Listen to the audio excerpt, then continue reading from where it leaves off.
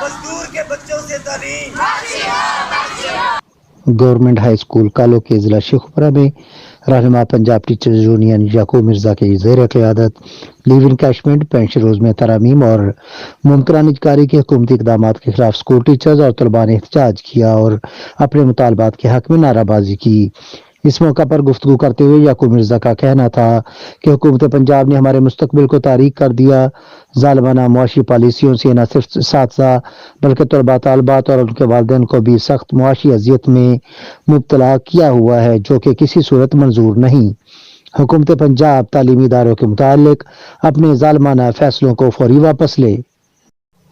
अपने cameraman team के साथ शेख मोहम्मद तैयब, फायरस्टोन न्यूज़ शेखुपुरा।